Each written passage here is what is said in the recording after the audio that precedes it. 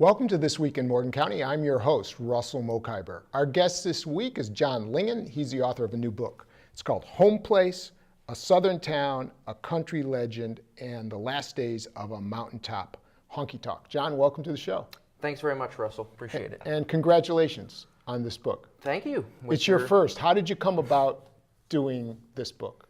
I guess, like a lot of people, I came to Winchester first for Patsy Cline purposes. I came there to write an article for the 50th anniversary of her death. So she died in 1963. I came here in 2013, and everyone who said, like, oh, you're interested in Patsy stuff, you got to meet this Jim McCoy guy.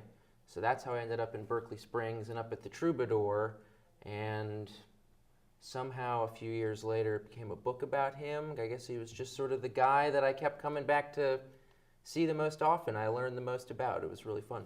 The Mountaintop Honky-Tonk that you're talking about is the Troubadour. Sure is. On Highland Ridge, which is Jim's home place, and where he set up this remarkable, I would call it, bar, cultural center, right-left drinking establishment. Yeah. What did you like about it? I liked how, so the first night the first scene of the book is the first time I ever saw it, which was a Friday night karaoke night. And I don't really know what I was expecting, but it wasn't something so, just the whole grounds of the Troubadour, because you've got the bar, but then you've got what he calls the Troubadour Park. So there's outside, there's like a bandstand sort of with the sun setting behind it, and there's like this incredible just sort of atmosphere, literal and otherwise, with the sky up there. And so I sort of got a little bit of that, and then came in and saw the place like, I mean, it was a real party up there on a Friday night. It was not like a walk down memory lane or like, old people's hangout whatsoever. It was super fun, and not like in any kind of I don't know, like, sort of kitschy way that you might expect. It was a throwback to what I guess the kind of drinking establishment that was around 50 years ago, where local people went to hang out and drink. And so you heard that it was sort of like the last of the breed, like highway kind of places. So that sort of prepared me for it to be like a little bit of a diorama, I guess. That sort of language about it. But I was...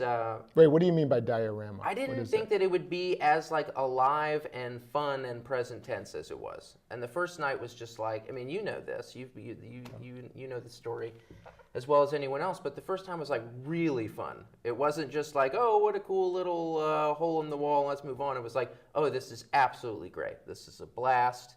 I should come back here just without even an article in mind, just keep coming back. And then somehow that inevitably turned into a book about the place. And your book is not just about a bar on top of a hill in Morgan County. It's about, it's actually a story of the transformation of America from that kind of establishment that people really enjoyed to an America that's been corporatized into like a Starbucks cookie cutter, blah establishment America. Well, I guess around here it's more like the Dollar General America, isn't it?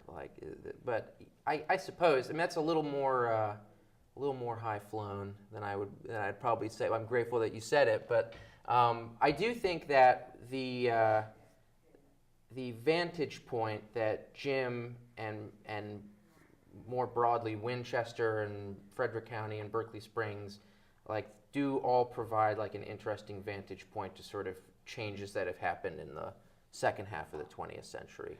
You say the book's about Jim McCoy, and it's also about what you call culture versus commerce. Mm-hmm.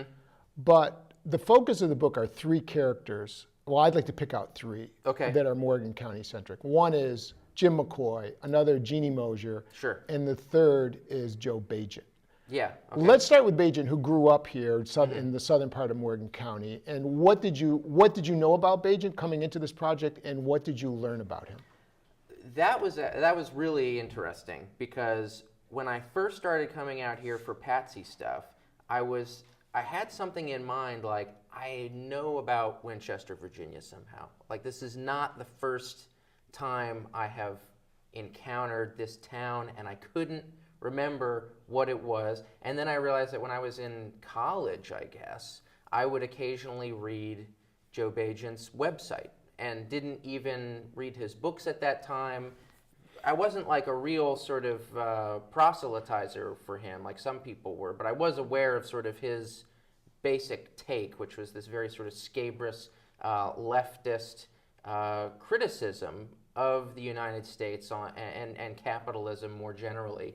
So when I first started coming out here, I don't know when exactly it clicked for me, but I was like, oh, this is the place. This Patsy Cline place is the town that that Joe was talking about in all those essays. And so I started reading him more as sort of background to the town, and then became really interested in just sort of his life. I mean, if he were probably still alive, I probably would have tried to speak with him, like I spoke with you and Jeannie and many other people. But the fact that he was dead, from cancer in 2011, so like right before I started coming here, just sort of set up the story of him in a different way. I was just sort of like, oh, now I have to sort of speak to people who knew him to kind of piece together what his story was.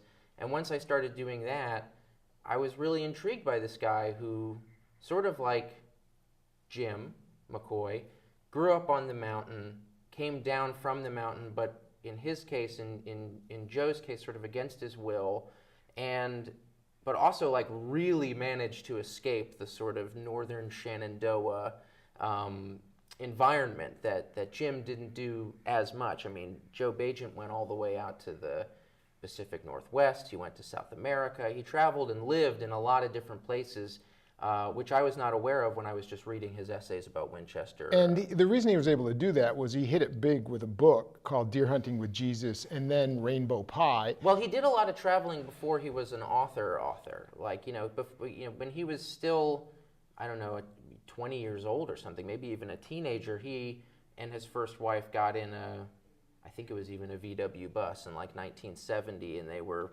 heading for Haight-Ashbury, of course, but they stopped in Boulder, Colorado, and that became his home base for basically all of the 70s, and that's where he explored a lot of these places. So I agree, at a later point, he was able to leave more, but he did travel a lot even before he was like a relatively wealthy person. And he comes to the conclusion, it's really a love-hate. He loves the place for what it was.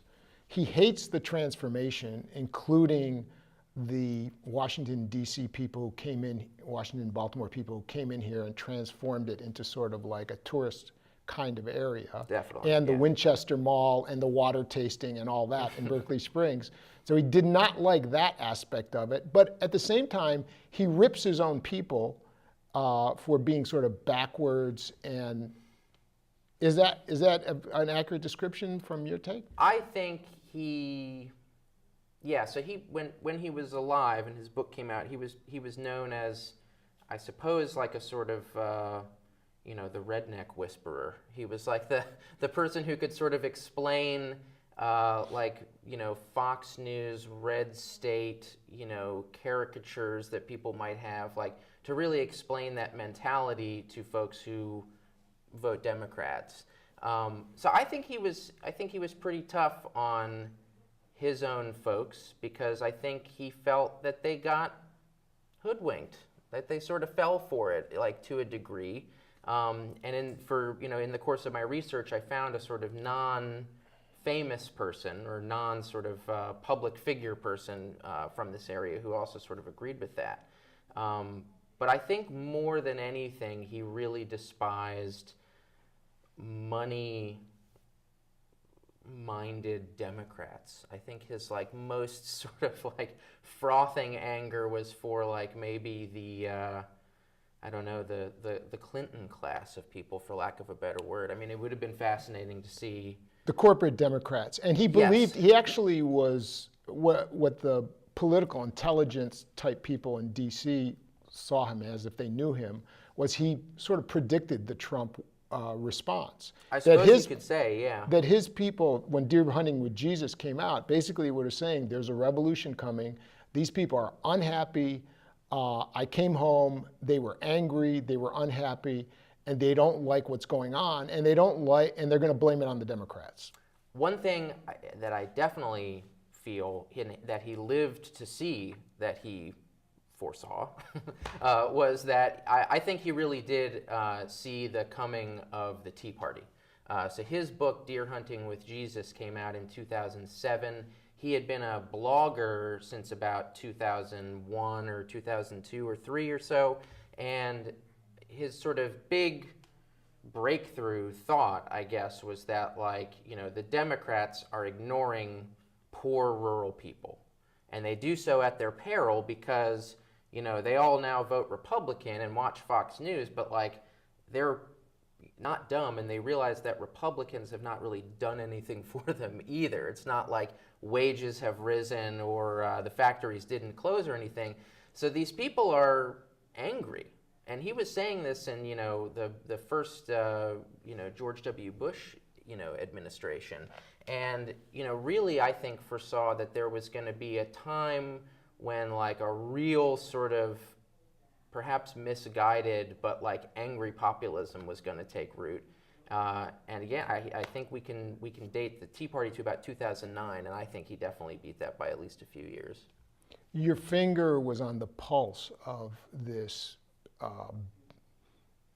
dispute, battle, whatever you want to call it, between the people who grew up here and went drinking at the Troubadour. Okay. And the people who came here and organized the water tasting in Berkeley Springs, and the Morgan Arts Council and the building we're sitting in, and so forth. This very show, This Week in Morgan County, and your website was a source for that. Right, because when we interviewed, well, this was before that, but when we interviewed for Morgan County, USA, Brooks McCumbee. Yes, exactly. And he expressed this view pretty succinctly. I would say so. Yeah, absolutely. But my sense from reading your book is that of those three camps, if you look at them as three camps, McCoy and the Troubadour, Bagent and really upset with his own people, but at the same time comfortable, not happy with the newcomers. Right. And the Morgan Arts Council, the water tasting, the newcomers. You're more comfortable in the Jim McCoy camp, and this is actually a celebration of his life. I would say so. I don't know that maybe that's not fair. I mean, I certainly don't have knives out for the Jeannie Mosier and like water tasting thing at all. I think I kind of stand in awe of the transformation of this town and this area, and I certainly celebrate that as well. I appreciate in her case specifically that she's very mindful of the history of this town, and that the idea to sort of make it a spa destination in the 80s or 90s, is actually sort of a returning it to its roots kind of thing, because that's what it was known for, 200 years ago. My greatest sympathies, I suppose, are with Jim, but I don't know. I don't really find them like at odds with each other. I don't find them too oppositional. I'm sure they have felt that way to each other or to local people at different times, but I think they ultimately share a similar, I think they operate in good faith about trying to improve this place and what they want this town to be. There's a scene, well, I'm urging people to read this book, especially people from around here. To be fair, there's a scene in the book where you describe the water tasting. I guess you were a judge. I was, in the water tasting. Yeah, invited to be. And I think you say that most people around here, local people, would say that's a poor use of a dance floor to do a water tasting. I think some would. Certainly, as I told you earlier, like what I loved about the Troubadour was that it really felt like a thing that people are doing now. That's what sort of amazed me, is like you have this whole sort of setup to it that it's like, oh, it's the last of its kind, and it's run by this old timer on his old land, and you prepare yourself for like, I don't know, a night at the senior home or something, and you get there and it's the complete opposite. It's really, there's like a nice mix of people, and I guess like I'm going to inherently find that more interesting than something that's a little bit more I don't know, put on, which obviously the water tasting is like, and a lot of the sort of spa thing is. And again, I think that the ultimate goal that Jeannie and other people who own those kinds of places ultimately have is like a good one. I don't doubt their like goodwill towards the town at all. But it's obviously more interesting, you know, to think about the roots and the connectedness that Jim McCoy has to the business he's running versus another one. Just, you know, as a writer and a potential visitor, I guess. You report that Jeannie Mosier sought to get Jim to move the Troubadour closer to town, Yes. so that the tourists who came here, the visitors who came and were staying downtown or staying at Cool Fun or wherever they were staying, Right. had a place to go at night. Yeah, now I don't know and don't claim to know, you know, how hard a sale she was putting on. All I know is that that was a topic of conversations between them at one point. I honestly don't know much about the nature of the conversations or the nature of their interactions over the years. What would have, if that happened, what would have happened to the Troubadour if it had moved downtown, given what you know? I think it would have been a really good small town bar that was not quite the same as what it was. I mean, part of the appeal of it is that it's so set apart. You know, it's like it has this outside view and this like sort of long approach that are a part of the appeal. You know what I mean? And I hesitate to get too I don't know, too supernatural about these kinds of connections or anything, but I do think that there are, you know, there's an atmosphere to places, and there's, you know, how often do you meet or do you enter a little town bar that's, you know, literally on the owner's family land? That's just not a thing that really happens much anymore, and so whatever its merits, like on, you know, in that regard, I just think the fact that it's rare is worth preserving, and is, you know, is inherently means that there's something in that kind of business that you won't get from other places. And so if you severed that connection, if you took the bar and moved it downtown, it would be incredibly fun, and it would be a really good time, and possibly even good for the town. But I think you would just inherently lose something that made it what it was. What can be done? Have we lost that age? Is this a look back saying, okay, we're not going to get that back? Or what can be done to preserve that kind of place? Because it really is special, and everybody who's been to it can compare it to all the other bars they've been to and say, this is probably one of the most special places I've been to. Right. Have we lost it? Well, I mean, I guess if a lot of people are saying that, probably, you know, at least a little bit. You know, I mean, I don't know. People are always going to make a place to have a good time, and people are always going to remember those places fondly. So I don't think that there's like, you know, something so ethereally beautiful about the Troubadour that, like, you know, it's irreplicable. At least, or like the good times people had there can't be replicated. It's still operating under new ownership. Have you been there since? No, I haven't. Okay. Or no, I have been there since the new ownership. I believe even that ownership group has since consolidated, and I haven't been there for that. But no, I mean, it's great. They seem to be. I mean, the people who worked there are there.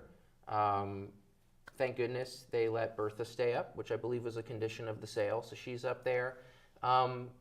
I don't believe that the sort of core identity in business or personnel has really changed at all. So yeah, I mean, it's a wonderful place. You know, I don't really have an idea of whether we're losing it. I don't know. I mean, we're certainly losing sort of like, you know, organically, locally networked culture. That's just sort of not how communities run as much anymore, I suppose. Like we're much more sort of connected across space with people.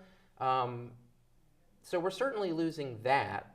But again, I feel like people are, I don't know, in 100 years, someone's going to write a book about a bar. Like, and that book will be worth it. Like, I hope mine is worth it, because I hope it does illuminate some wider things. But yeah, part of the sort of the way that the book ends, it's not like a spoiler or anything, but the sort of way like that I choose to write the last scene, I think is kind of a celebration of sorts for like things do change. That doesn't, it doesn't always only have to be the end of something. And we're urging all our viewers to go out and get this book. Urging. It's Homeplace, a Southern Town, a Country Legend, and the Last Days of a Mountaintop Honky Tonk. Congratulations again. Thank you so much, Russell. Thanks for being on the show. Appreciate it. And thank you for watching This Week in Morgan County.